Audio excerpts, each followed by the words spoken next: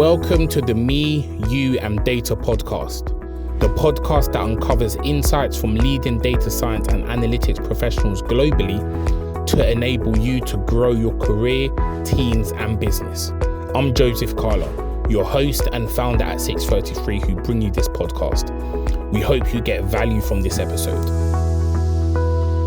Hello everyone and welcome to another episode of the Me, You and Data podcast. And today I'm delighted and flattered to have someone who I've known for years on the podcast.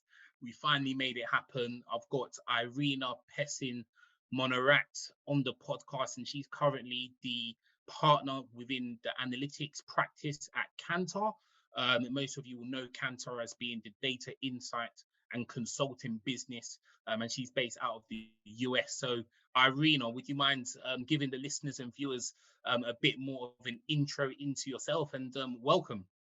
Hi, thank you. Thanks, Joseph. It's really a pleasure to be with you today. So a little bit of intro. I grew up in France and then went to the UK to study there initially. So I did my bachelor and master's there in business and economics.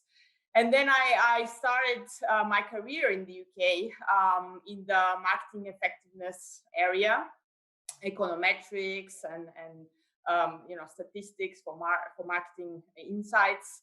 And from there, I actually moved to the US, where I'm based right now, as my company started to expand internationally at the time. So that was one of the first locations that we wanted to conquer, if you will. Yeah. And so I've been here for about 6 years now in the New York area and enjoying it. Fantastic. And a place where I would like to start, Irina, is, making that transition from, first of all, from France to the UK and then the UK to the US. Obviously, that brings with it, some cultural intricacies and some differences in culture as it relates to not only from a personal standpoint, but also, from a business standpoint. Firstly, what was the reason why you kind of made that move on a personal level, and how did you find making that transition from the UK to the US? Yeah, so I would say it's really, I wanted to take my career to the next level and I wanted a different experience. I was in the UK for 10 years and I just thought I made the move from France to the UK. Why not making another move somewhere else? Yeah. And the opportunity came when my company at the time was acquired by a big marketing communications group. And we were only UK based, but when we got acquired, there was this opportunity to expand internationally. The US being the first location, and then APAC and others. But with that opportunity, I really was up for the challenge, and just that's what I wanted to do. I wanted to kind of help the company expand from scratch in the US, obviously using our UK assets. But that was something that for me was just the next level, and not doing the kind of the work anymore or managing the work, but more thinking strategically and company wide. So that was the kind of the reason. Yeah, and I guess you had that kind of launch pad from already moving from France to the UK as well. So like you said, why not? And what were some adjustments? Were there any adjustments that you had to make, from a cultural standpoint? Yeah, I would say so. I mean, obviously, I think we all know that the US things are much more fast-paced, and just around the clock, and you really need to be very flexible with your time. I think those have been the main challenges and adjustments, really. But once you get into it, you kind of understand how people operate and how things work here. Yeah. I think, from a kind of bonding with colleagues standpoint, I've done a lot of bonding at work, for example, in pitches, when we've been working on pitches for long nights and weekends even. That's where we've done a lot of bonding actually with my colleagues. So that has been, quite fun in that sense, where we've actually combined work and also just like socializing and getting to know each other and bonding in that way rather than necessarily outside of work, for example. Yeah, Like yeah. it's more done, I feel, maybe in Europe. So that I felt was quite an interesting aspect when I first came. But again, it's all about flexibility and just adapting to the new environment, fast pace. But you just get into it and learn to operate like this. Yeah, and I think especially in this climate, as with COVID and organizations having to work remotely, there has been less borders in place internationally, because organizations are able to, work with each other much more from an online standpoint as well, and working with each other on pitches and stuff. So it's a little bit different now due to kind of how the world is, but still nonetheless I've seen organizations take advantage of technology and really bond culturally in different and new ways. So that's really interesting that you mentioned that, and I guess the kind of core topics that we're going to be speaking about today, and I'm excited to get into this, is obviously looking into how to build a successful team in data, specifically focusing on the marketing, analytics and effectiveness space that so well, and also looking at trends and the future of that space. So let's get straight into it. And as it relates to building a successful team in data, and especially marketing analytics, you have to really, at least in my experience, understand the two elements, I guess, of the type of team that you're building. So naturally, in an agency setting, for example, you have to deliver on targets, you have to deliver on projects, and you have to build products using technical knowledge and technical expertise. But you also have to take that solution to market utilizing more softer skills and more business acumen and stuff. How do you kind of define what you need when building out a data team in an agency setting? First of all, you need to think where we are at in terms of the life cycle, if you will, of that product that the team will look after. So are we starting from scratch? Is it a new offering that we want to, put to market and develop and put to market? Or is it something that we already have in place that we just want to grow further? What kind of data are we talking about? Is it very, are we talking about big data? Is it a very technical product which requires, for example, data engineers and software developers and this kind of very technical and engineering skill sets? So it really, I would say, depends on where we're starting. So if it's a totally new product, obviously you need to really think about product team. And when I say product, is both from a business mindset, what the product will be, pricing, who we're gonna sell it to, but also from, as I said, a technical standpoint. So you need all of these developers, data engineers, and obviously the people who are actually doing the work. So nowadays, for a lot of these offerings, it's data scientists are very key, as well as, of course, analysts and consultants. Yeah, But I feel if so that's if you're starting from scratch, it's really more around the product development, so the product team as well as business development, because that's you need to really round this up. Whereas if it's something more established, I would say this is more about the doers. So really, as you're trying to grow the product through, obviously, again, business development, it's about building a good delivery team. So project delivery team I'm talking about. So really having okay. the right people in place, the data scientists, the data analysts, consultants, and senior level consultants to be able to put the insights into action and think in a business way, and trying to solve essentially the client's issues with these with the product that we are offering. So it's really in that case about the delivery team and how well this team is designed in order to be able to deliver this product that is already well in place, and we are just trying to grow it. So yeah, Yeah, I would yeah. say it's really about the life stage of the product and also the complexity of the product. Yeah, yeah. Those are some good points. And like obviously you mentioned it's about understanding where you are in that life cycle, right? So let's go with, for example, the organization who is a little bit more established, they have a product. What are some kind of core skills and traits that you would then look for when essentially hiring top effectiveness talent?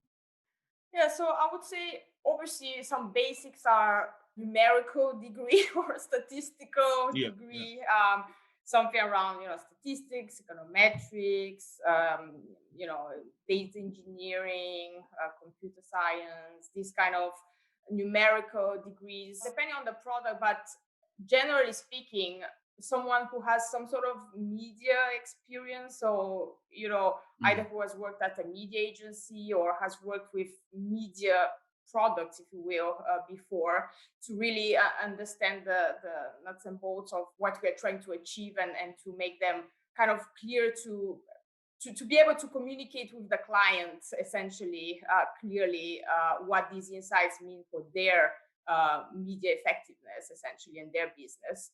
And of course, I mean, again, there are some people who are more on the technical side, but yeah, generally speaking, we still want people to have, a high business acumen to really, not only think about kind of things academically, but also think about how we can apply them to business problems.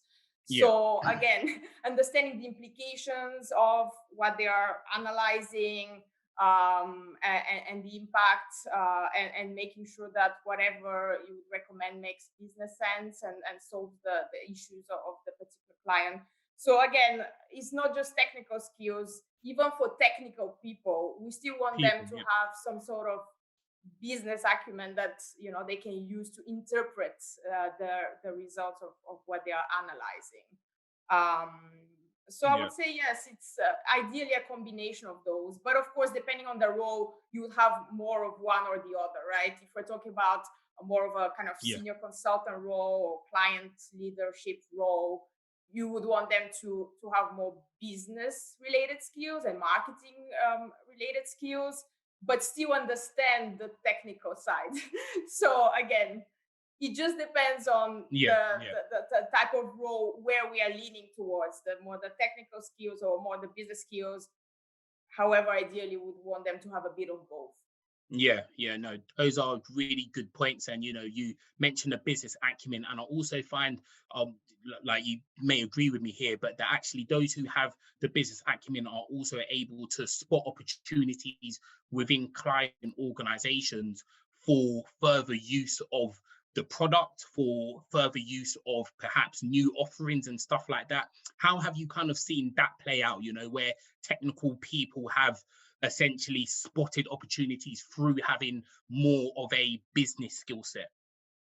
Yeah, I would say that's a very good point, because I have seen in my career some people who, initially, let's say they are more the technical lead, if you will, of the team, but actually, because of the fact that they have this business mindset and business acumen, they have been able to, through working for different clients, understanding how we can expand the work that we do for these clients, or how we can do it differently to add more value.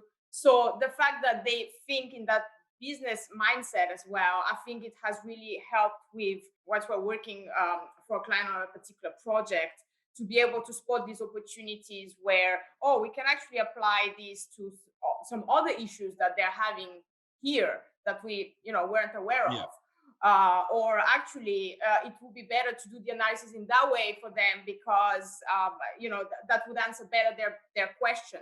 So again, yeah, having this mindset has really, yes, helped us, in my different yeah, roles of working with such people to help with business development, essentially, and yeah, just making sure that clients are satisfied with what we do. yeah, yeah. Because essentially, that's one of the main factors, right? Ensuring client satisfaction and essentially maximum marketing value, right? So, how have you seen, your role and kind of career evolve as it relates to both the hands-on side and the commercial side? Yeah, so I mean, definitely at first, in the first, I don't know, 5 or 6 years, I was more hands-on, where I was essentially doing the work. So from more of the data prep and the analysis, the optimization, and then, participating to the presentation to the client, and then obviously evolving to more, leading the work and the team and the presentation. And then gradually being more active in proposal development and pitches, client pitches. So more on the commercial side of things, and business side of things. And then eventually after that, when I came to US leading a team and a company, and now leading a product within a company.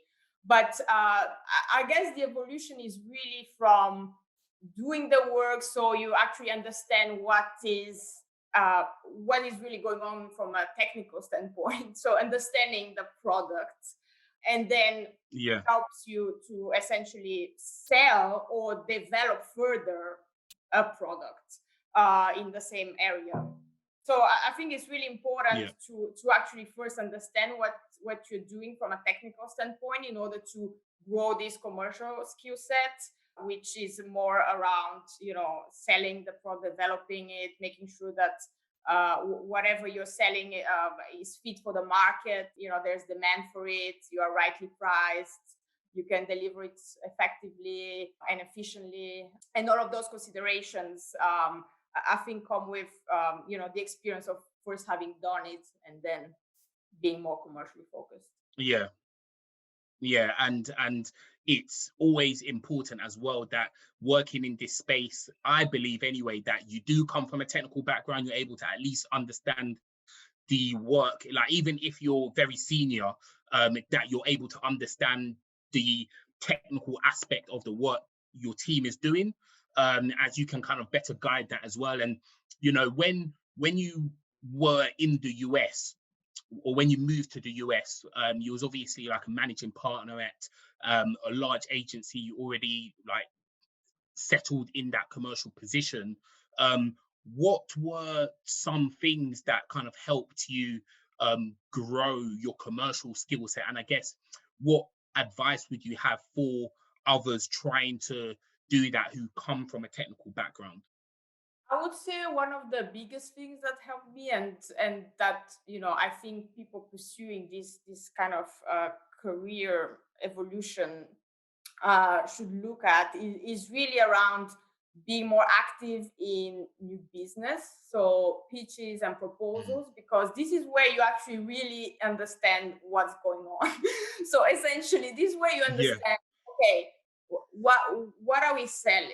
Is that what clients really want? Does that answer, let's say you have a request for proposal, right? And the client is asking for different things, right? Do we have a product we can answer that? If not, why not? Do we need to develop new features? Also about pricing. So, once you are more involved in pitches and RFPs, you obviously work with pricing and scoping a particular project, and you start to think about, okay, are we competitively priced? Is that gonna lead to an efficient delivery of the project? Do we have the right resource? Are we missing some resource to deliver this such a product or such an offering?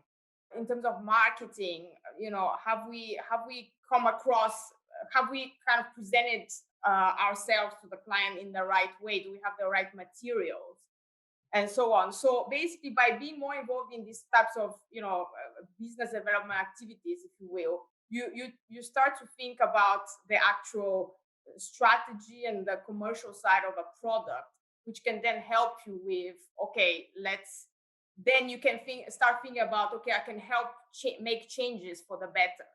So you still need to be, you first need to be involved in that aspect in order to understand what's really going on and what our clients asking for, to then be able to help with and start thinking about, okay, we need to think about the changing this in the product, or these are some challenges that we, for example, haven't paid so much attention, but which are important for clients. So let's think about that in our, development roadmap. or clearly we're not competitively priced. So what can we do about that? Yeah. So I would say Yeah. that this, Yeah. Yeah. this is the key thing, to be involved in that. And then obviously you end up leading a pitch, right? But at first you just Yeah. start by being involved, just being part of, and then you learn, and then you can Yeah. apply that. Yeah, that's really good advice, because actually what that exposure does, even that initial exposure, is like you mentioned, and you gave a lot of good examples. It gets you thinking about different questions, because actually your exposure to the client is now much larger. So now you're thinking about things from their point of view. Mhm. They're asking you questions, they're asking you to perhaps make changes, so you're able to have a more holistic view. So I think, yeah, and that can start, at any stage of one's career as well. I think it's all about, desire to be involved in that element. So thank you for that, Irina. That's really solid advice. And going into, I guess the next part of our conversation, which is analyzing and understanding, what your thoughts and perspectives are on, the future and trends of marketing analytics and effectiveness, in a world that is forever changing, forever throwing up different, challenges, as we've seen in the last year or so, and especially as it relates to, the shopper journey, which, from my understanding, previously in years gone by, seemed to be much more straightforward, but now we see there's a variety of paths that customers can get to the purchase, whether that's through online reviews, whether that's through social media recommendations, Google searches. I think HubSpot released a piece of research which suggests that actually customers hop between about 12 different channels before actually making a purchase. So what are your thoughts on, I guess, the customer journey and how that has evolved as it relates to its complexity? Yeah, no, I mean, you said it rightly. It's just there are so many different channels, different devices. I mean, we all have like one or two phones. I know someone who has three phones. Uh, people have, yeah. I've got Uh, two.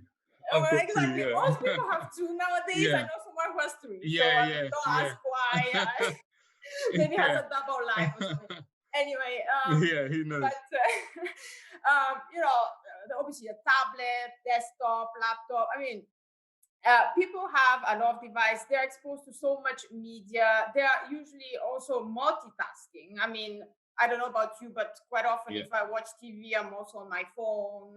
It's just the need to get people's attention nowadays is just very important. It's preeminent in today's environment, and yes, it has made things more complicated in terms of measurements. The Yes. journey is really not linear anymore. It's definitely much more complex, and there are silos. And I think when you think about some best practices, if you will. I mean, obviously, first thing is Yeah. really about the data. Uh, we're talking about big data. It is the reality.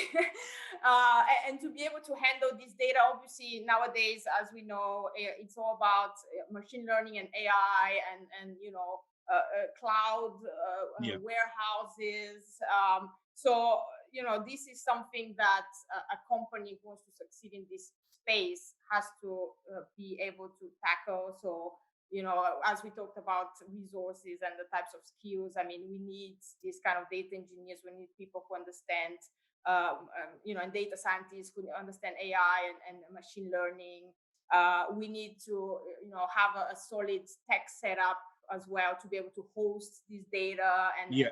and do the analysis. So really, this kind of data rigor and obviously ensuring that you get access to the duplicated data across both media touchpoints and devices is really important. But I would say, in terms of kind of measuring the journey, first of all, I mean, as we know, there are different kind of methodologies that we can use. But one Yeah. of them, I mean, obviously, for example, something like MTA, which has been pretty challenged Yeah. recently, due to privacy concerns. Uh, Yeah, again, I think GDPR it's and yeah. exactly. I think it's actually and you know, although some people said, "Oh, MT is dead now," it's all about MMM. They said that actually a few years ago about MMM. MMM is dead.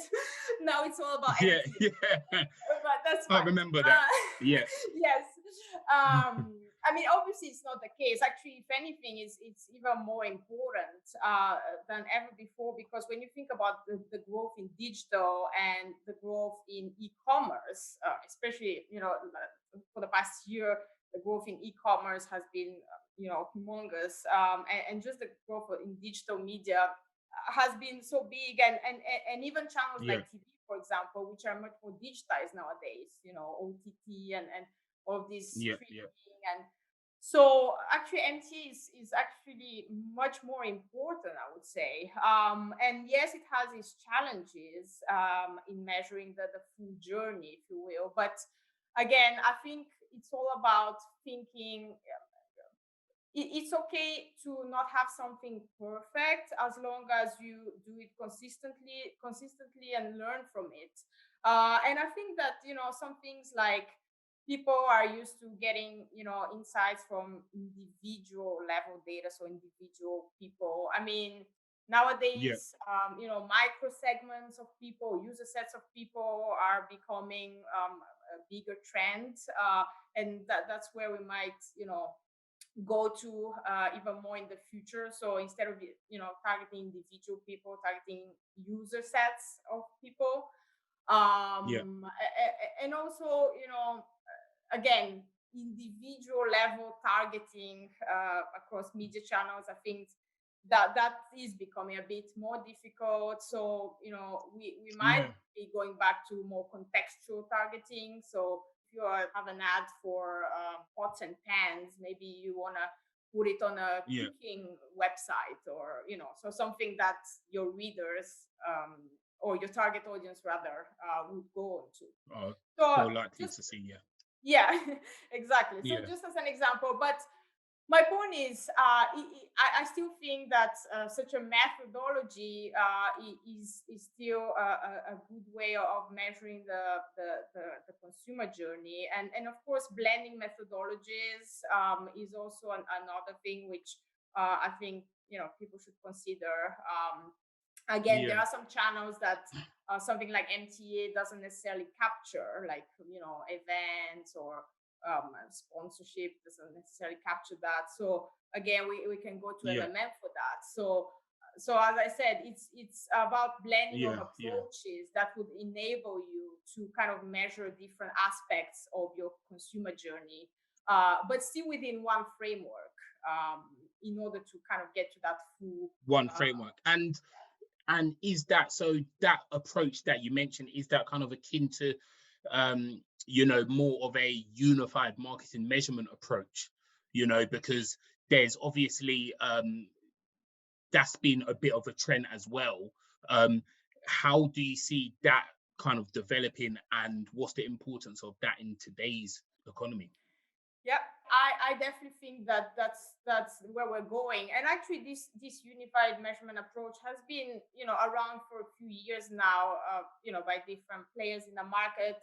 However, I think it will only get bigger because, as I said, because of the challenges of some approaches, like the more kind of granular tactical MT approach, nowadays, I think combining it with a more holistic or strategic level approach like the MMM will only help marketers to really get a full view of their journey, to have one version of the truth. I think it's Yeah. more important than ever before. Also, I mean, as you know, there have been challenges measuring walled gardens like Facebook and Google, which Yeah. of course you can do via MTA, via different approaches.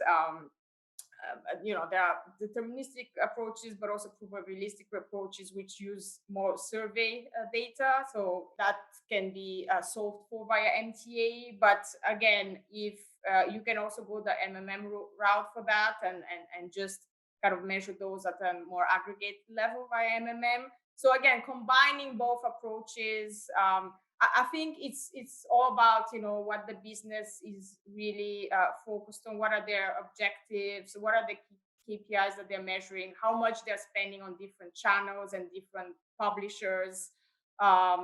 You know, that's where you see, okay, what's the most important to you? Is it to measure your Facebook and Google spend, for example? That's where you spend most of your money. Or actually you spend your money across different publishers, and you know, this is not the key, this is part of it, but this is not the key. So from understanding really where they're spending their money, what are the key KPIs that they're trying to measure? Is it more of a kind of a low funnel, you know, that sales KPI, or more of an upper funnel consideration type of KPI? So understanding all of these contexts about the clients is where we are, you know, we are able to kind of help them to see, okay, what's the best approach for you? Is it something like an MTA, something like an MMA? Is it actually combination of both? Because the journey is so complex. Maybe you need both to encompass, you know, all of the touch points and customer journeys. It's really about understanding the client and where they're spending and what they want to achieve. Yeah, no, and with regards to understanding the client, obviously clients and brands and large businesses are, you know, taking a lot more time and notice to where their marketing spend is going, especially during a pandemic, right? So what advice would you have to businesses who are really trying to maximize every marketing dollar through, you know, the use of technology? What advice and considerations should these businesses make? So I would say, you know, we kind of talked about it a little bit, but first of all, get the data right. Make sure that you have access to the right data. Obviously, first party data is extremely important. And you know, businesses who have a solid you know, set of first party data and a solid, you know, platform where they deposit this data like a CDP, are already, you know, kind of ahead. Make sure you work with the right partners.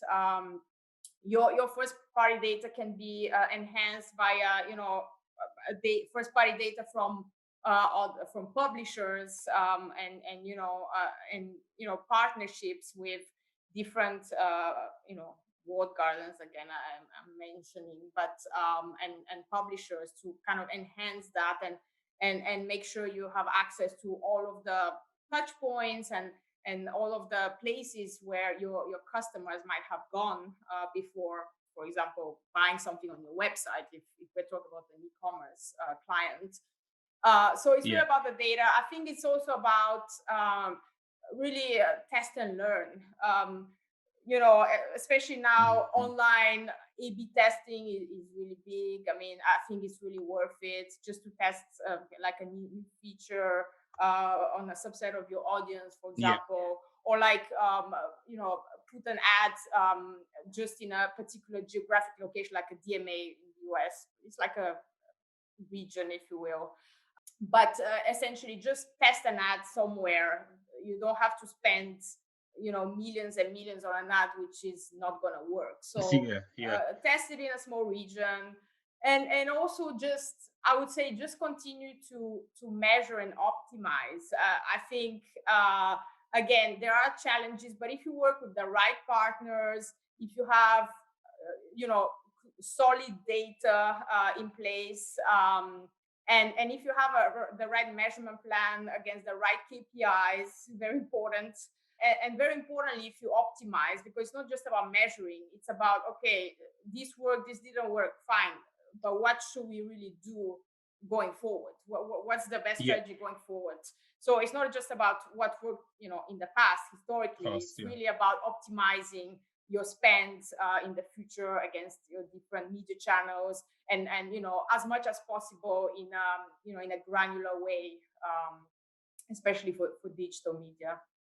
Yeah, fantastic advice. And it's actually, you know, advice that was echoed by another leader who I spoke to, as it relates to the part that you mentioned about, you know, testing and improving. You know, so I think that that's really a good point to make, because I feel like sometimes organizations or leaders tend to try to find a one size fits all solution. But actually there's a lot of value in, testing different subsets, understanding your model and improving that, like obviously understanding that insight.